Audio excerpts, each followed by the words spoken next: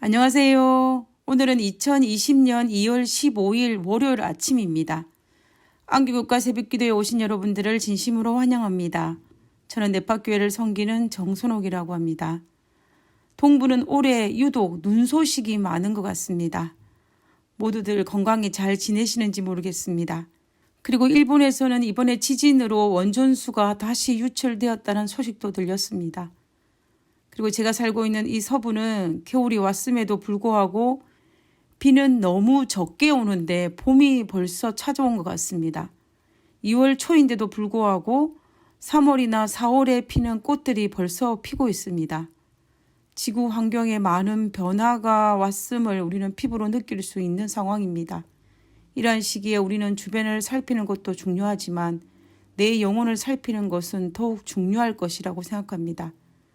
만약 우리에게 단 하루의 시간만 남았다면 여러분들은 무엇을 하시겠습니까? 아마 외적인 것은 다 뒤로 하고 하나님 앞에 내 영혼과의 문제를 해결할 것입니다.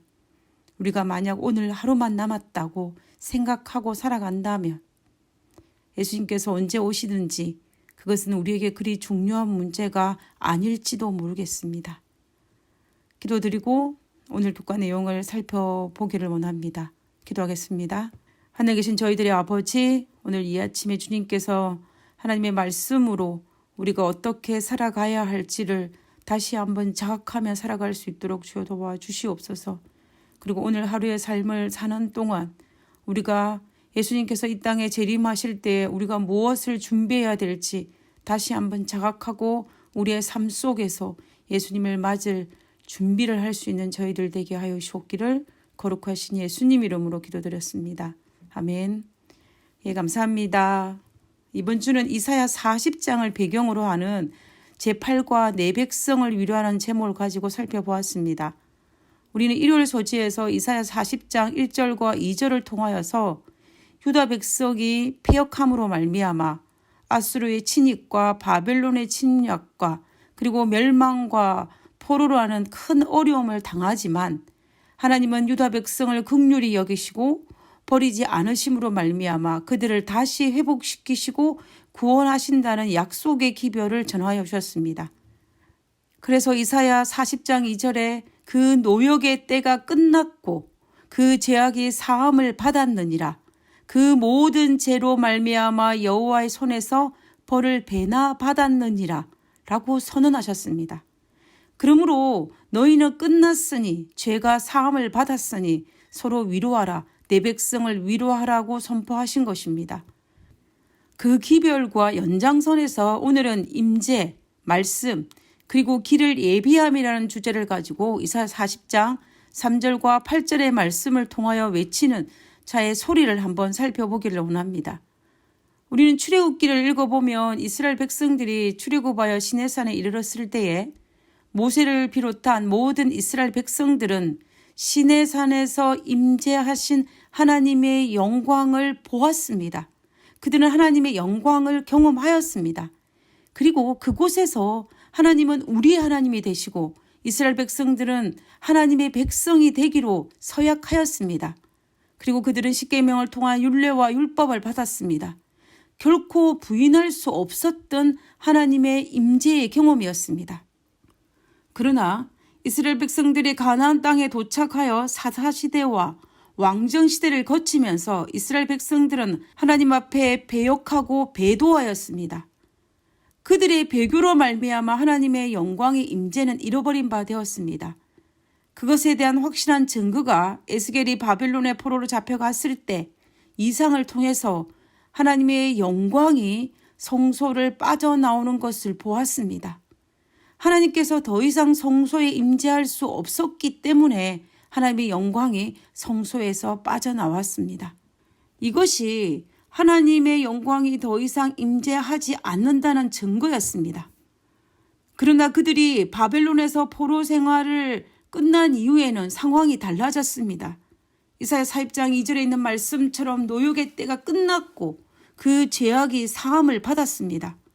그러므로 바벨론 포로 생활 이후에는 다시 하나님의 임재가 있을 것이라고 예언한 것입니다. 그것 또한 에스겔의 환상 속에서 여호와의 영광이 성소 안으로 들어온 이상을 보지 않았습니까?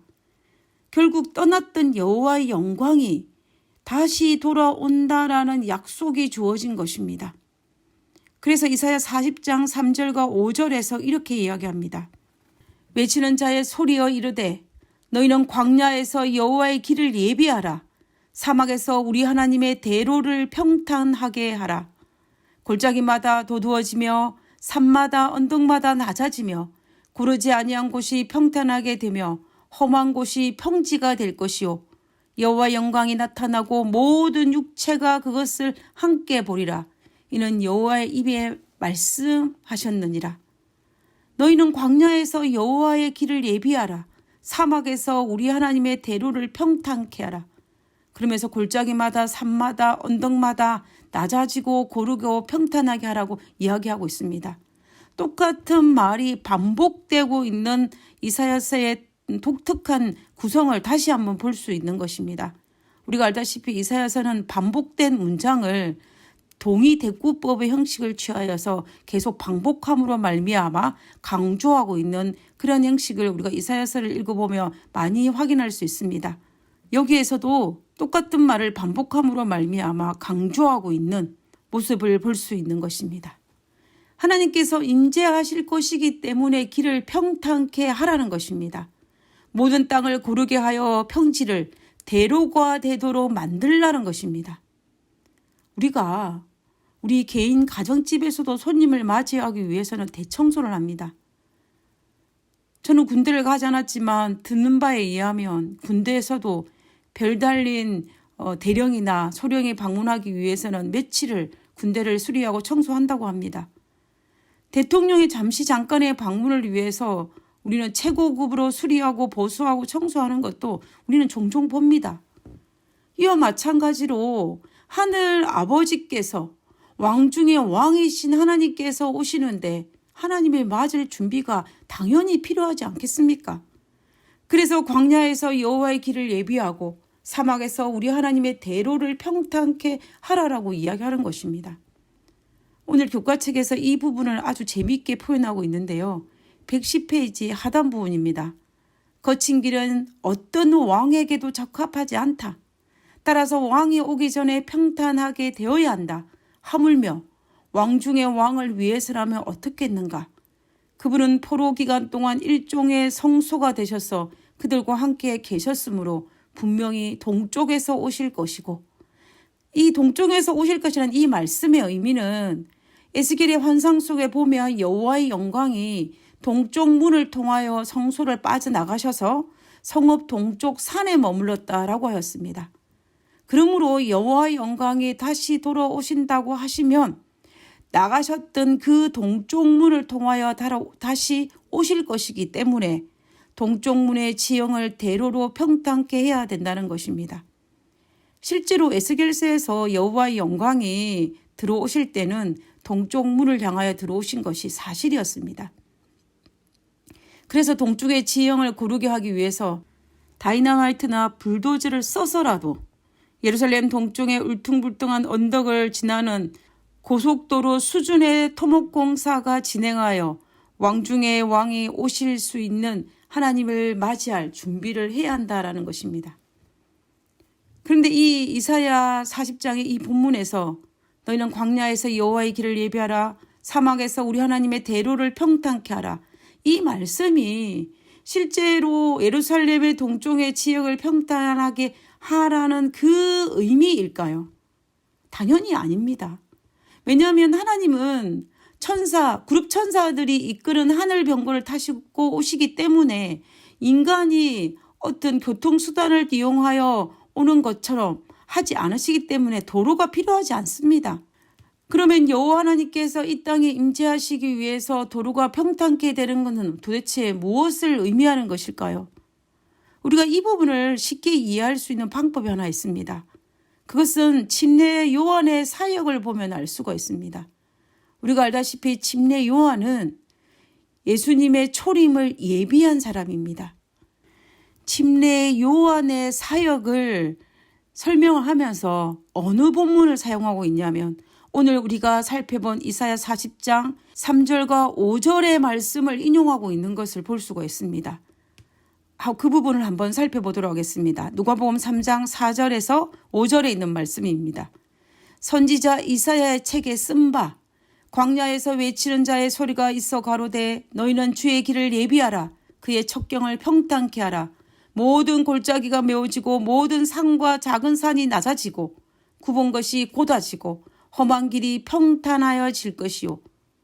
지금 이 본문은 우리가 조금 전에 읽었던 이사야 40장 3절에서 5절에 있는 이 말씀입니다. 지금 침례 요한의 사역을 설명하면서 바로 이 본문을 인용하고 있는 것입니다. 그렇다면 침례 요한의 사역이 예수님의 초림을 맞이하기 위해서 어떤 사역을 하였는지를 살펴보면 우리는 대로를 평탄케 하는 것, 주의 길을 예비하는 것이 무엇인지를 정확하게 알 수 있을 것입니다. 우리가 알다시피 요한의 기별의 핵심은 회개하라 천국에 가까웠느니라입니다. 그가 베푼 침례 또한 제사함을 받고 회개하라는 것이었습니다. 그러므로 백성들의 마음이 자신의 죄에 대해서 회개함으로 말미암아 예수님의 초림을 맞이할 준비를 하게 하는 것이 바로 침례 요한의 사역이었습니다. 그렇다면 여호와의 임재를 맞이하기 위해서 대로를 평탄케 하는 것은 교만한 마음을 버리고 제사함을 받고 회개하는 마음을 준비하는 것입니다. 다시 말하면 자신의 죄를 고백하며 용서함 받는 회개와 하나님의 절대 주권을 인정하는 겸손의 정신이야말로 하나님의 임재를 준비하기 위한 가장 좋은 방법이라는 것입니다. 111페이지에 있는 영감의 교훈을 한번 읽어보도록 하겠습니다. 성령이 임하실 길을 예비함. 하나님의 영을 위한 길이 예비될 때에 축복이 임할 것이다. 만일 하나님의 백성들이 누그러진 마음과 통회하는 심령으로 저희 죄를 자복하고 버리면, 믿음으로 주님의 허락들을 주장한다면 악한 사람들과 마귀들은 하나님의 사업을 방해할 수 없을 뿐만 아니라 당신의 백성들이 모인 자리에 주님께서 임재하시는 것을 막을 수 없을 것이다. 결국 통회하는 마음과 죄를 자복하고 회개하는 마음이 주님의 임재를 맞이할 수 있다라는 것입니다. 그렇다면 주님의 임재를 위한 준비가 바로 죄의 자복이고 회개입니다. 그리고 성령이 내 안에 임재하는 경험 또한 마찬가지입니다. 그리고 이사야 40장 6절에 8절에 있는 말씀처럼 인간은 풀처럼 시들어져도 우리 하나님의 말씀은 영원히 설 것이라고 선언하셨습니다. 모든 육체는 풀이요 그의 모든 아름다움은 들의 꽃과 같으니 풀은 마르고 꽃은 시듬은 여호와의 기운이 그 위에 붐이라. 이 백성은 실로 풀이로다. 풀은 마르고 꽃은 시드나 우리 하나님의 말씀은 영원히 서리라. 풀처럼 시드는 것이 아닌 변함없으신 하나님께서 우리에게 오셔서 임재하신다는 소식이 들리니 우리는 서로 위로하라는 것입니다. 그분이 우리 안에 오시기 위해서 대로를 평탄케 하는 회개와 겸손의 정신이 필요합니다. 예수님의 초림의 때에도 필요했고 재림의 때에도 필요합니다. 오늘 우리에게 어쩌면 가장 시급하고 가장 필요한 것이 있다면 여호와의 임재를 맞이하기 위해서 광야에서 여호와의 길을 예비하는 것, 사막에서 우리 하나님의 대로를 평탄케 하는 것입니다. 회개와 겸손으로 성령님을 내 안에 모셔서 예수님의 재림하실 때에 그 대로를 평탄케 하는 것이 어쩌면 우리에게 주어진 하나님의 바람이십니다. 우리 모두 여호와의 길을 평탄케 하는 우리 모두가 되기를 바라면서 오늘 말씀을 마치고자 합니다. 기도하겠습니다. 주님께 더 가까이 나아가기를 원합니다. 주의 임재 가운데 거하기를 원합니다. 세상의 모든 욕심을 다 내려놓고 하늘의 빛을 따라가기를 원합니다. 저를 깨끗하게 씻어주시고 정결한 자녀로 받아 주시옵소서. 하늘에 계신 저희들의 아버지, 하나님, 예수님께서 이 땅에 재림하실 시간이 얼마 남지 않은 이때에 우리는 무엇보다도 성령 하나님을 내 안에 모시는 것이 필요합니다. 성령의 충만함을 경험하는 것이 무엇보다도 절실히 필요된 때입니다. 그때에 우리가 정말로 예수님의 임재를 경험하기 위해서 대로를 평탄케 하기 위해 하나님 앞에 회개와 자복과 간절함이 그리고 겸손함이 우리 생애를 꼴지어질 수 있도록 도와주시옵소서. 그러므로 말미암아 하나님을 내 안에 모시고 하나님을 인하여 새로운 힘을 얻어서 예수님께서 우리에게 주어진 사명도 넉넉하게 감당할 수 있는 그러한 그리스도의 삶을 살 수 있도록 도와주시옵기를 거룩하신 예수님 이름으로 기도드렸습니다. 아멘. 감사합니다.